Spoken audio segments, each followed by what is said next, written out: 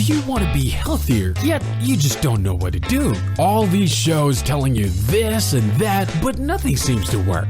Well, listen close. Golden State Media Concepts has got something great for you. The Health and Wellness Podcast dedicated to workout trends, healthy eating habits, diet, and everything about healthy living. Join us in our banters as we help you not just live life to the fullest, but live it to the healthiest.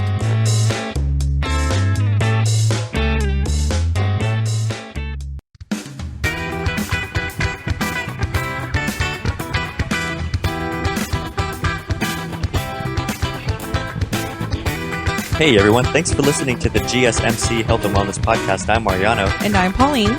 And today we've got a couple different topics to talk about, but both being in terms of relationships, both in and outside of the gym.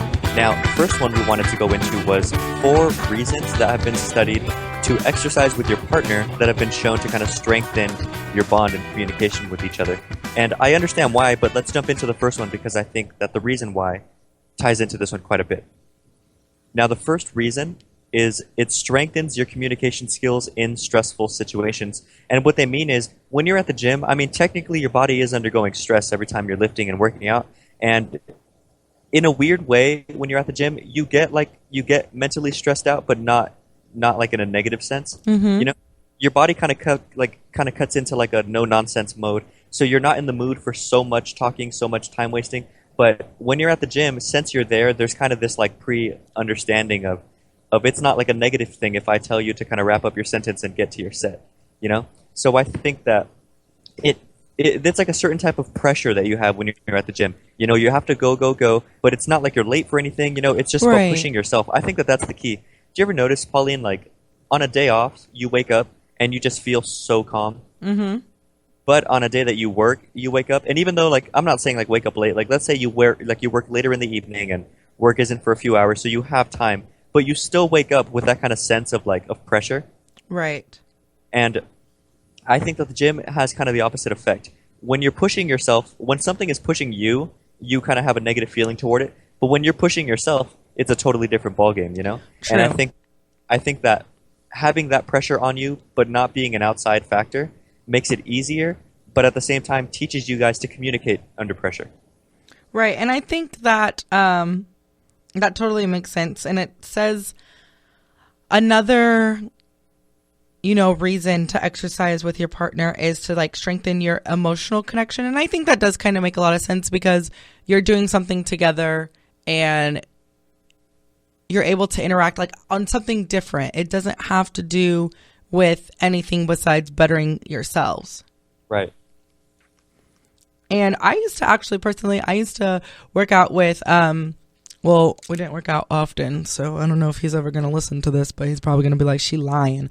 But we didn't work out all the time, but there was a lot of times where when I would work out with him that I just felt like a little bit more motivated too, because he was not only doing it with me, but a lot of times he wouldn't actually do it with me. He was just helping me. Because he played on the basketball team, so he was always working out and exercising. So a lot of times he would just come on his off time to go with me, or he would if he couldn't go with me, then he would tell me what to do. He would kind of draw up a little plan and outline exercises and things that he thought that I should do that time when I was going to the gym and things like that. And I kind of actually really enjoyed it, and I liked it because I felt that this was another thing that we were doing together that wasn't necessarily a date. It's kind of like a date-ish, kind of. I don't know. It depends on what you think a date should be. But it was just more time. And that's another reason why you should exercise and work out with your partner. It's because it gives you more time together. And you are focused. And depending on what you're exactly doing at the gym, because some people with their partners, they'll go and do a class together, or they'll just, lift weights together and things like that. And it is kind of a lot of fun. And I'm the type of person that, and he knew that I didn't have that much experience in the gym. So I know that it kind of helped us because one, it was me kind of humbling myself to ask him to come with me to the gym. So, I was asking him for help, and, also it just showed that I trusted his opinion and his I guess his workout routines, like, because I was seeing the difference in him, and I knew that he was way more experienced than I was, so I trusted him to kind of help me. And that, is a good thing, to like trust your partner and things like that. And it's kind of interesting because you don't really realize all the different levels that when you work out with your partner, all the different levels that it touches upon.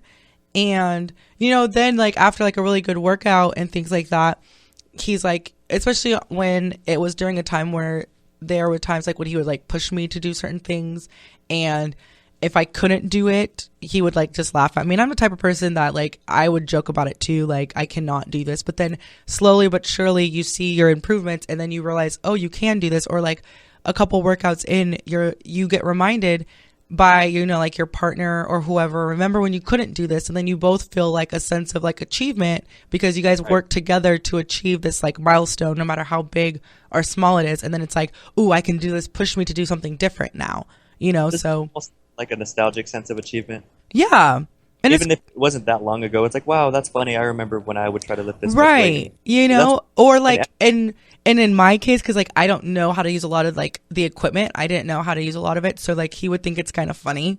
And it just gave us like more time to just like laugh at one another and just like, just kind of like enjoy each other's company. Because especially like when I was doing cardio, I mean, I can't talk that much, but then he could like talk to me. And then it kind of gets your mind off of it and kind of distracts you, because I personally don't care for like running and things like that. But then, and then it kind of, for me, I don't know how anybody else feels, but like for me, it kind of motivated me because then I think that because we're achieving our goals together, we have, again, something else in common, and that you're going to be kind of like more attracted to me, I guess, because we're reaching goals together.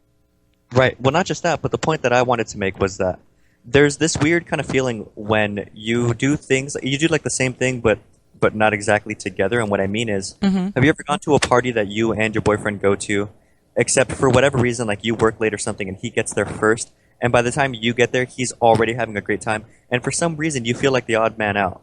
Right. You feel almost left out. It's like a strange abandoned feeling that is not like logical, but you can't help but feel that way. And it's fun. But people feel that way, I think, a lot. And I think that if you had a partner, or if you were going to the gym and making gains and talking about gains and things, they're just kind of like, oh, well, good for you, but I'm like not. But if you guys are doing these things together, then you're progressing together, and no one's the odd man out. Exactly. So, I mean, 4 reasons. The 4 reasons that we had were to exercise with your partner were to like strengthen communication skills in stressful situations, strengthen your emotional connection, develop your dependability. Because then, I think with that one too, especially for me, I depended on him to like come up with stuff for us to do, and to kind of help me. And I depended on him to like motivate me. And it's kind of, because he was more fit and he was more knowledgeable on workouts and things like that. So, but you also depend on one another to, if you guys are planning on going, like say for instance, tomorrow morning, waking up early and going, then you're depending on your partner, not only just as like your partner in a relationship, but just like being like a gym partner, following through and waking up and following through and not, skipping out because they're tired or something like that. Right. And so that was reason number 3. And then reason number 4 was, we kind of touched on this already, but spending more time together. Because before I started going to the gym and stuff, when he would go to work out or go to shoot hoops and I wouldn't go, then sometimes I wouldn't see him like all day because that's what he was doing and I was choosing not to go. And so there would be times when I'd be like, okay, I'll just go with you while you shoot around and like shoot hoops and like do your workout, and I'll just shoot by myself too. And so it does give you guys more time to spend with one another, and it gives you like kind of like a hobby together and something else that you can do together with your partner that's pretty like, I think it's fun, but it's kind of like more low key. Like there's not too much pressure, and you don't have to get dressed up. You don't have to get ready. You just can kind of just throw something on. You don't have to really try. You just are going there to better yourself. Yeah, I agree. That's the cool thing about it. And it's cool because I even know a lot of people, like a lot of like the bigger kind of fitness people that I look up on, Instagram, YouTube, Right. and all that. Their girlfriend and them, because these guys are big, like 250-pound, monsters, and their girlfriends are like really, like really kind of gorgeous bodied, like bikini models. Because guys and girls tend to have different goals, not always, but Right. And a lot of them go to the gym together and they work out separately. But even just kind of going to the gym together allows you little opportunities. Like if you're going to work out separately, if you still need a spa or you still need something every now and again, or you can still kind of interact. Like I have friends that if I see them at the gym, I'll do a set and then I'll go talk to them for a second and then come back and do a set. So there's still that bit of like interaction. Not to mention you're still progressing together. Your goals could be different. I could be trying to bulk up, you could be trying to slim down. But if we're both progressing toward our respective goals at the same kind of speed, then you can be doing different things, but it's still the same thing. Right. And I think that that's very handy for a relationship. And I think that that's cool because with my ex, like me and her worked out a lot together, but she knew what she was doing, and she was really good about form.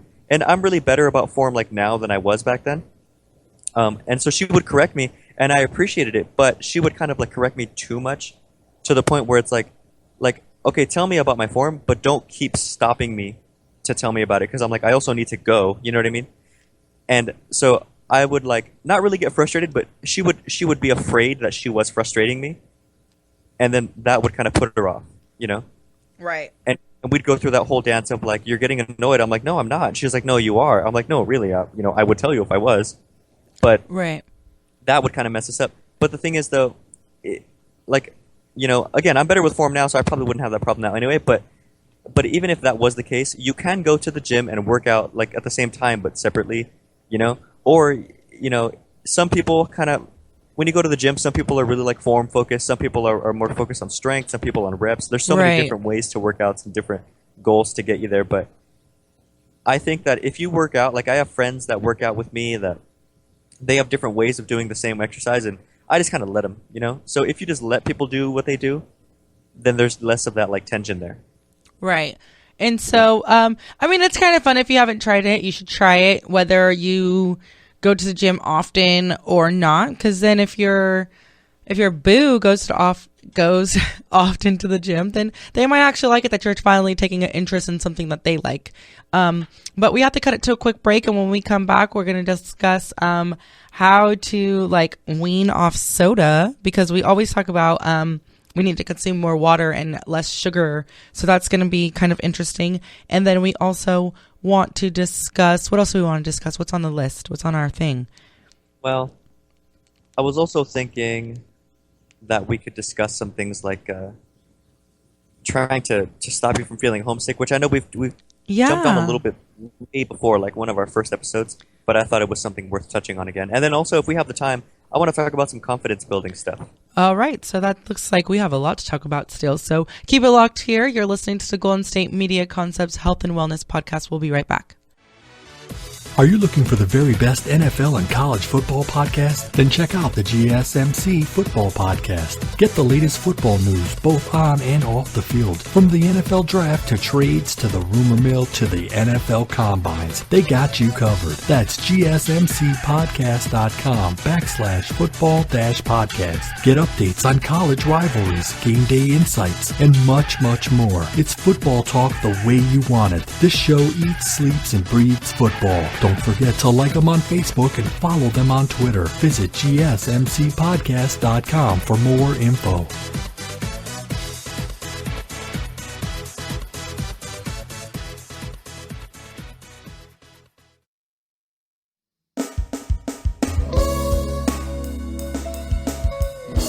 Welcome back, everyone, and thanks for listening to the GSMC Health and Wellness Podcast. I'm Mariano. And I'm Pauline. Now, before the break, we went into a couple things that we wanted to talk about in this segment, and we've decided we're not going to talk about those. We like to keep you guys on your toes. What we are going to talk about are kind of big relationship mistakes and how to avoid them. This one's like a love connection episode. Yeah. I mean, we spent a lot of time, it's talking about like lifting and the gym. And it's all about that love wellness. Exactly. Right? Right. No, I'm with it. Yeah. I love it. And so, like, I figure it'd be good for us to kind of round out with one of these. So I wanted to get into a little bit of, like, relationship mistakes. And I want to know, what are some of the bigger relationship mistakes that you think you've personally made, and then I'll tell you some of mine. Okay, one thing that I think is a relationship mistake that I have made that I am going to try to correct in the future is, well, that I have corrected in the, well, I don't know. Like, I guess sometimes this is something like that I do that I'm going to try not to do as much, is being too dependent and not having, because I tend to sometimes be the kind of person that will be like 100% gung-ho about who I'm with. And then sometimes, I guess this doesn't really have to do with the relationship. It kind of has to do with outside the relationship. But then sometimes I forget about my friends. And like, there's been times when I may have made plans with my friends. And then if my friend, my boyfriend wants to do something that day, I might cut it short with my friends, or I might tell them, like, I might ask if I can bring him along. And that's just something that I'm not going to do anymore, because I think that you have to have a really good balance between all your relationships. And I think that you shouldn't sacrifice one for the other. And just like, you shouldn't put like your friends too far. And like, it comes with balance. But I think that is one relationship mistake that I make, is that I sometimes too highly prioritize my boyfriend when I should, you know, have a little bit more of a balance. And so, I mean, it's a learning thing. It's okay. Luckily, my friends that I have are pretty understanding, and they kind of know that about me. So they're kind of like used to it. But then I don't like the fact that they're used to that. That shouldn't be the normal. I agree. Except for when you're talking about me. If you have to put me before everything. I don't care if it's like the Pope. But yeah, I think that that's a problem that I had as well. I would definitely put too much, like, it's almost like an insecurity thing where I need to spend all this time with you in order for you to continue to love me. You know, it was interesting later on when I kind of figured out that this was an issue that I had, because when you try to like go back into your head and decide or realize why it is you do these things, right, you come up with some funny answers. And I think that's definitely a good one for me, but another one of mine was I think I've been choosing the wrong girls out of like need for dysfunction. Does that make sense? Ooh. Oh yeah, and it's not like a purposeful thing. This is something, again, that I didn't learn until later, like after the fact. But it turns out that if you're used to kind of a dysfunctional way of living, or, you know, if you grew up a certain way that isn't exactly normal or healthy, then out of just comfort of what you're used to and fear of what you don't know, you'll try to stick to these types of relationships because it's more comfortable to stay in something that's uncomfortable than it is to try to branch out into something new and potentially be no good at it, and, like, you know, possibly fear and face rejection and things like that. Yeah, that makes sense. Yeah. That and totally that makes was sense. a really big problem for me. I think that sometimes people just get too nervous. Like you said, it's because it's kind of like unknown almost. Yeah, well, you see, that's what makes it so kind of difficult, you know? Exactly. But, I don't know, do you have any others? I have some others, I guess. No, yeah, let's hear them. Give one and then I'll give one. All right. I think another one that I have, or had, hopefully, was I tried to problem solve a lot for my exes. So, you know, it was hard for me to understand, because I grew up to believe that, like, if you have a problem, there's no sense kind of being sad about it or being angry about it. Just fix it. And so whenever, you know, my girlfriend would come home angry about something that happened at work or something, then instead of just kind of hearing her out, I would try to, like, come up with solutions to her problem, and she'd get annoyed because she was like, I don't want to hear it. I just want, you know, to vent. Exactly, to vent. And I didn't mean to, like, to kind of smother her venting. I was just trying to help, you know what I mean? Right. But I didn't understand at the time that it's not a helpful thing that I was doing. It, in fact, can make them kind of angry with you because they're like, look, I just want to talk. I don't want to hear about how I could fix it. Mm-hmm. You know? That is true. But it's just weird because it's a logic thing. In my brain, I really couldn't wrap my head around the idea, like, why not? You know? But it was hard for me to understand that like women just tend to be more emotional, and so they just want to let it out. They don't want like logical reasons of why you should do this, this, and this. You know.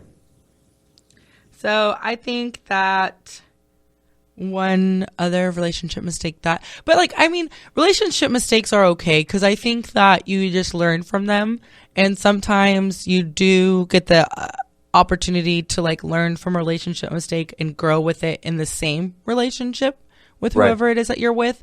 Oftentimes it's like after one relationship has ended that you realize, and then so you take that lesson learned into like your next relationship, which some things you don't have to carry over into a new relationship, some things that you could just let go.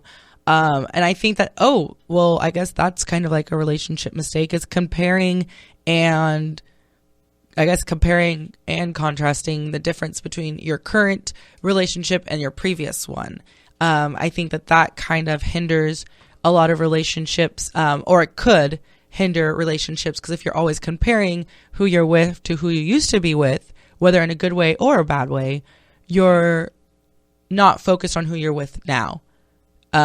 So I think that's kind of like a big relationship mistake, is not letting new things be really new things, is bringing, because some people bring over past hurts or whatever it is, or expectations. Now there's certain expectations that you definitely should not let go. You know, like my expectation is that my boyfriend's going to be nice to me. He's not going to yell at me in public. He's not going to put his hands on me or anything like that. Like that's kind of like certain expectations you shouldn't let go. But then there's others that, you know, you can't expect the same thing, or you need to just go back to the person who you were with. Yeah, I see what you're saying. It's kind of an insecurity thing. Mm-hmm. And I think that when people drag their baggage into a new relationship, it tends to be because you didn't wait long enough, you know, from the old relationship. And I think that in and of itself could be an insecurity thing, because it's kind of one of those like get it before it's gone type mentalities. Right. And I think that when you're thinking in that headspace, you're coming from a place of, you know, I'm not going to have this opportunity forever, so I should jump on it right now. That's kind of like you're acting as if something's going to like run out on you. Like something's going to fail you, you know? And that to me seems like a very like beggar type of mentality. Like, you know how they say there's beggars and choosers? Mm-hmm. And it's like, okay, look, I need to do this right now, even though I may be still hurting, or even though whatever, like, you know, I don't really have a choice. That's one thing that I've noticed as well. Right. I think it's better to just kind of be comfortable, you know, with the fact that you can be single, it's possible, and you're going to be just fine, you know? Mm-hmm. And then once you're finally okay with being alone, like I always love to tell my friends, the only people that can be together are people that can be alone. That's one of my favorite, like, little sayings. So we're going to cut it to a break real quickly, and then when we come back, we're going to wrap up this episode. So you're listening to the Golden State Media Concepts Health and Wellness Podcast. We'll be right back. Tired of searching the vast jungle of podcasts? Now listen close and hear this out. There's a podcast network that covers just about everything that you've been searching. Hey! The Golden State Media Concepts Podcast Network is here. Nothing less than a podcast bliss with endless hours of podcast coverage. From news, sports, music, fashion, cooking, entertainment, fantasy, football, and so much more. So stop lurking around and go straight out to the Golden State Media Concepts Podcast Network. Guaranteed to fill that podcast itch. Whatever it may be. Visit us at www.gsmcpodcast.com. Follow us on Facebook and Twitter, and download us on iTunes, SoundCloud, and Google Play.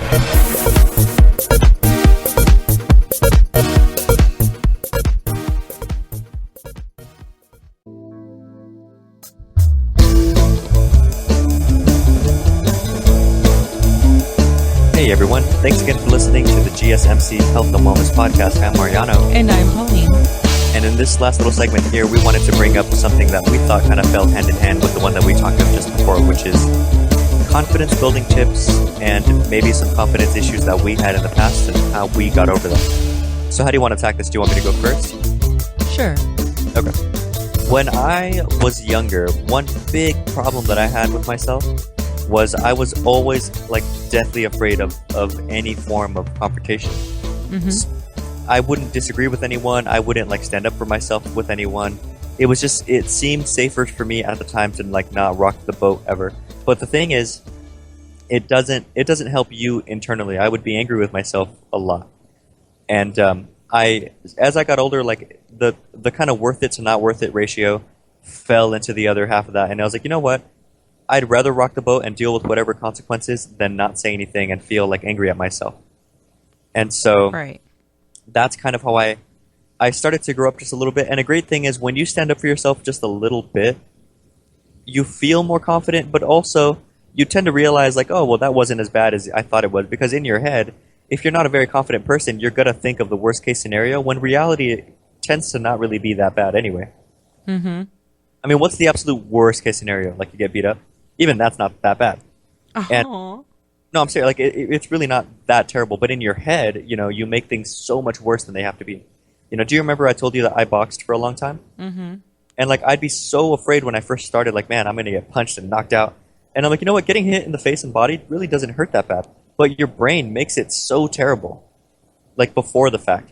Before you get that first punch, you're like, oh my God, I'm going to die. And then you get hit and you're like, oh, well, that was kind of all right, you know. And you learn to trust your body. You're like, whoa, my stomach can take a pretty good punch. And not only aren't I, you know, dead, but it actually doesn't really hurt that bad. Like, oh, maybe my stomach is a little stronger than I thought. And your little thought process starts kind of going into a way of building yourself up.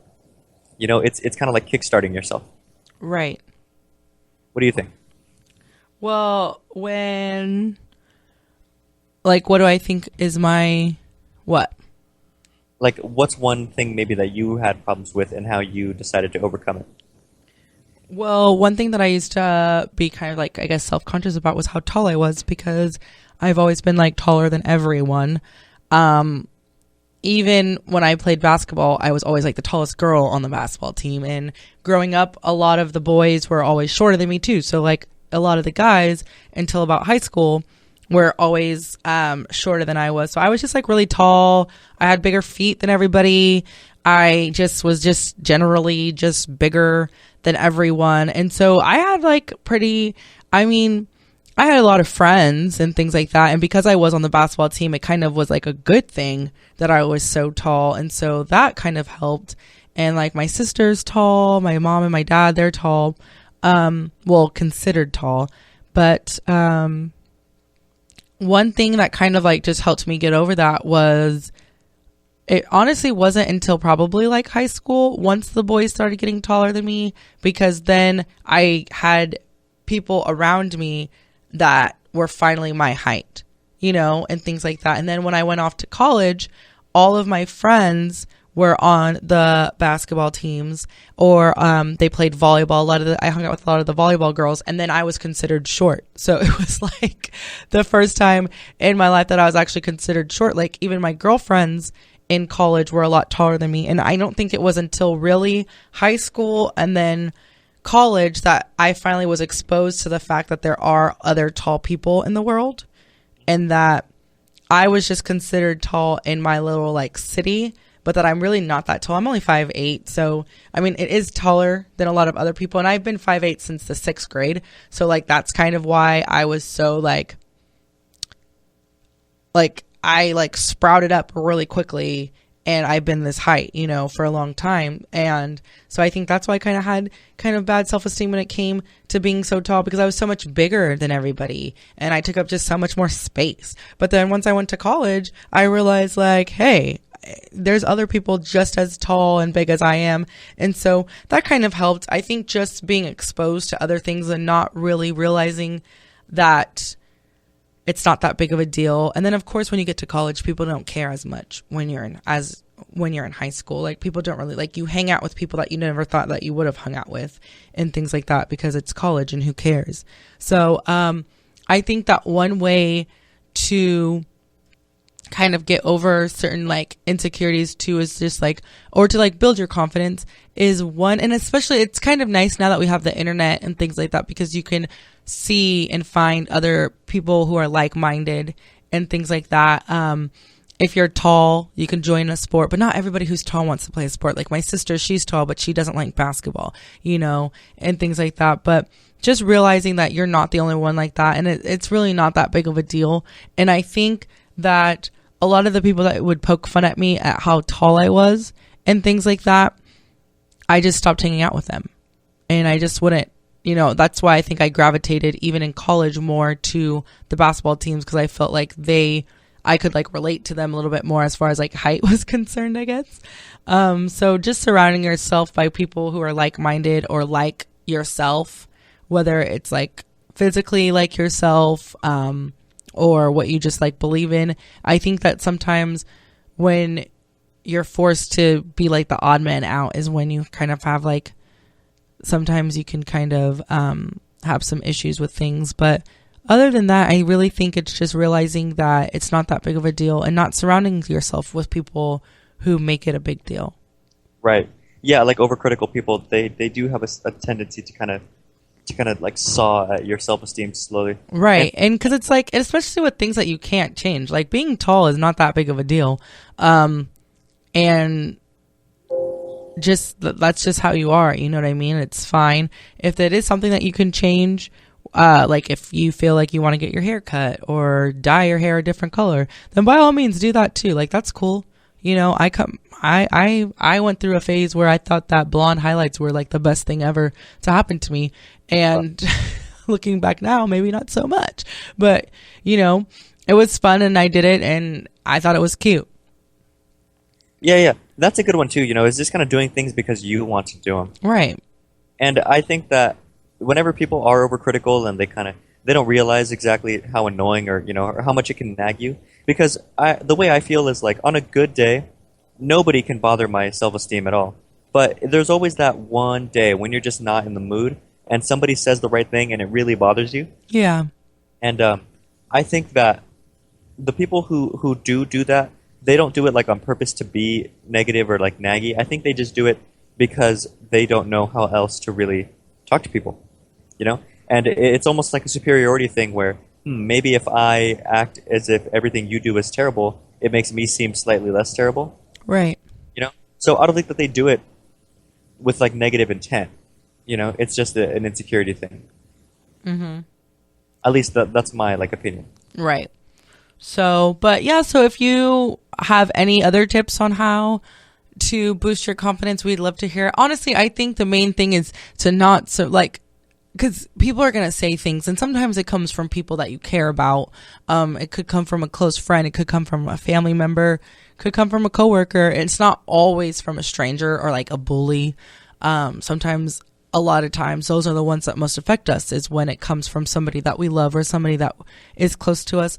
But, you can always discuss it with them at a later time and kind of be like, hey, that wasn't cool.